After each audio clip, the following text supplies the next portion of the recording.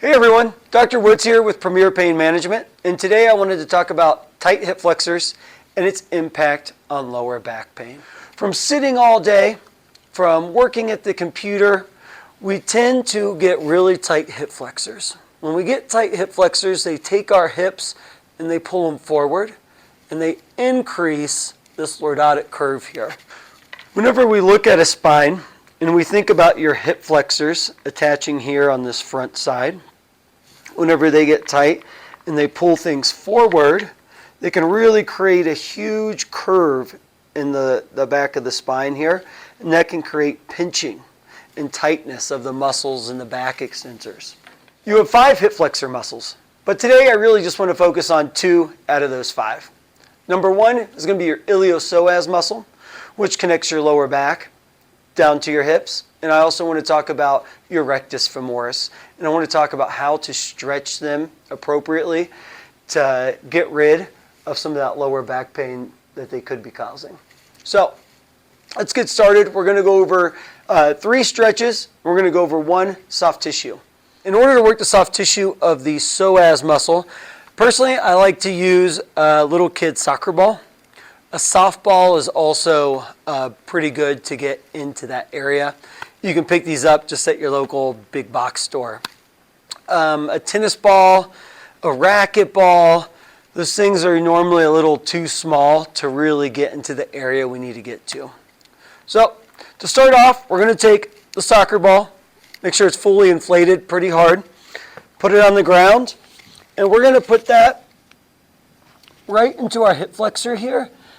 And we're going to spend about 2 minutes just right above our hip, making this ball kind of sink into our stomach, into that hip flexor, that iliopsoas muscle. Okay? This is going to provide a lot of relief for those people that are very tight in here. Okay? So after we spend our 2 minutes doing our soft tissue work with the ball, we'll go ahead, we'll put this aside. And then there's 3 stretches I want to review and I want to show you today. Okay? The first stretch we're going to learn is the runner stretch. Most people, when they do this runner stretch, they're really coming all the way forward like this. Okay? Or they're really coming all the way forward like this, and it's really not doing a whole lot of good back here. So the first thing we need to learn is how to really squeeze this glute on the back side to lock this hip into place. With this glute firing and squeezed as hard as it can, I can then start leaning forward, and I'm really going to start pulling up on this higher side of my leg here. Okay. A view from the other side. Putting one foot out in front of the other. I'm locking this glute, tilting my pelvis underneath me. I can already feel that pulling high up on my leg just in this position. And as I start to lean forward, I can really start to feel it pull. And again, we're going to hold this for 30 seconds.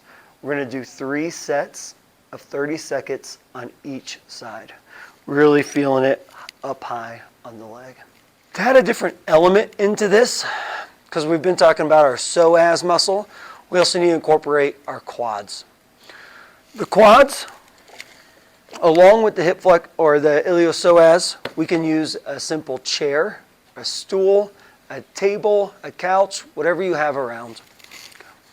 So I'm going to put this foot up on a chair, and I'm still going to get here into my position. From here, I'm really just pulling a different dynamic. I'm really feeling this a little bit lower down in my leg, where I was feeling it higher before. So I know I'm incorporating more quads into this stretch. My glute is still very much flexed and tightened, and really just feeling it through the whole leg right now. Okay. Go ahead, switch up. I'll show you the other side. Okay. Again, with my foot up on the chair here and one foot out in front of me, I'm squeezing this glute, and I'm just pulling up on that whole leg. I'm getting my psoas and my rectus femoris into this stretch. Really good stretch right now. Okay. The next stretch I want to show you is definitely more of a dynamic stretch. We're going to incorporate the lunge into it. So let me go ahead and stand up. We'll go over that. These first two stretches I showed you, definitely more static. This is going to be more of a dynamic stretch where we're going to start doing our lunge, which takes a little bit of balance, definitely a little more advanced. And as we come down, we're going to lock that glute and we're going to pull on that leg, hold it, 1, 2, 3, back up. We're going to come, really flexing that glute, holding it, 1, 2, 3. Looking at it from the other side, real big step forward. As I come down, I rock my pelvis back.